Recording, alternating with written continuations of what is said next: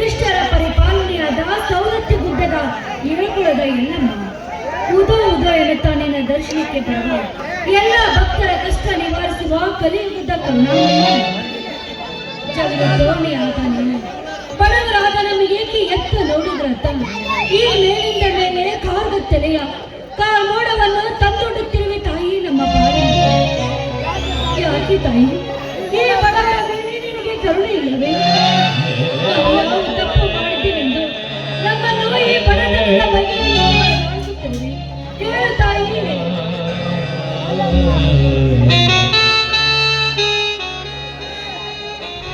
ತಂಗಿ ಚಂದ್ರ ಶ್ರೀಮಂತರ ಹಣದ ಚೆಲ್ಲಾಟದ ಕೂಗಿನ ಮುಂದೆ ನಮ್ಮಂತ ಕಡುಬಡವರ ಕಣ್ಣೀರಿನ ಗೋಯಾಟದ ಕೂಗು ಎಲ್ಲಿ ಕೆಲಸಬೇಕಮ್ಮ ಇದ್ದ ತಾಯಿ ಎಲ್ಲಮ್ಮ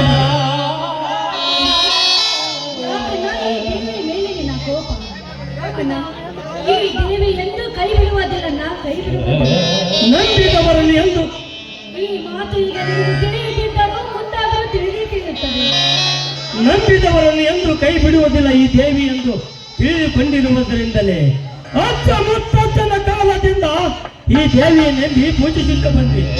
ಆದರೆ ಇತ್ತೀಚೆಗಾಗಿ ಯಾಕೋ ಏನೋ ಈ ದೇವಿ ಮೇಲಿದ್ದ ನನಗೆ ಭಯ ಭಕ್ತಿ ಅಲ್ಲ ಹೊರಟು ಹೋಗ್ತಾ ಇದೆಯಮ್ಮ, ಹೊರಟು ಹೋಗ್ತಾ ಇದೆ.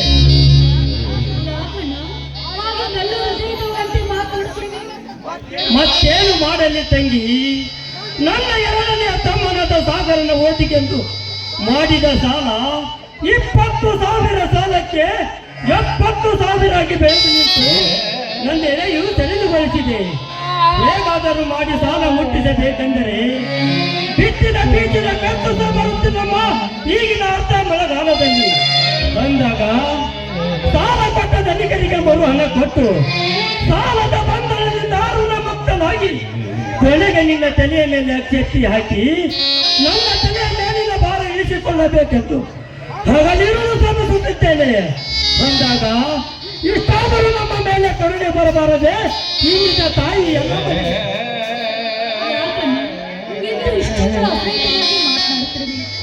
ಒಂದು ವೇಳೆ ಸಾಲ ಕೊಟ್ಟ ಧನಿಕರು ನಿನ್ನ ಮೇಲೆ ಏನಾದ್ರೂ ಕೈ ಮಾಡಿದ್ರೆ ತಂಗಿ ಚಂದ್ರ ಹುಟ್ಟುವಾಗಲೇ ಕೈಯಲ್ಲಿ ಪರಿಸ್ಥಿತಿ ಬೆಳೆಯುತ್ತಿದ್ದಂತೆ ದಿನ ಬೆಳಗಾದರೆ ಪೌಸಿಗೆ ರಕ್ತದ ಅಭಿಷೇಕ ಮಾಡಿ ರಕ್ತವನ್ನು ಕುಡಿದು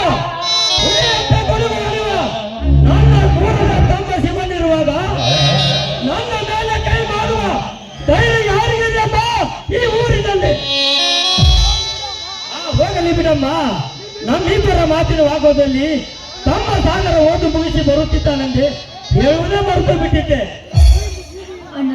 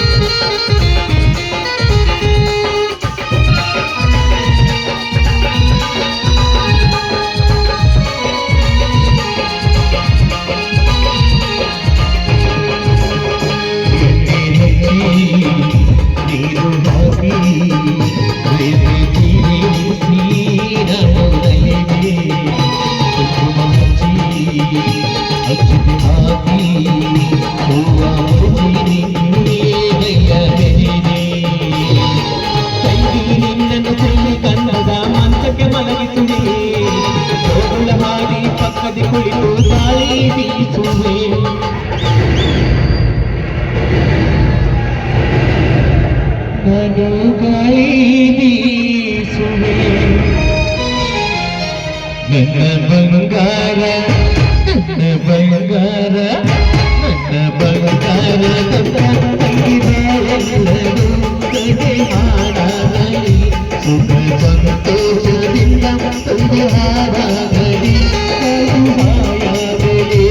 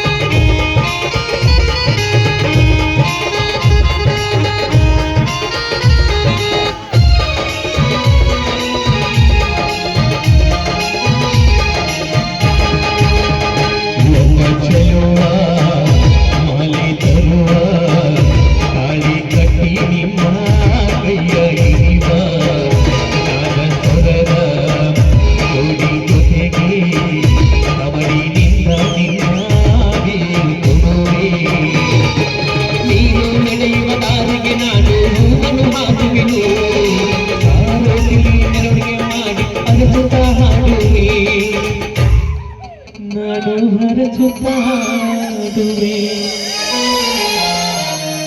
ನನ್ನ ಬಂಗಾರ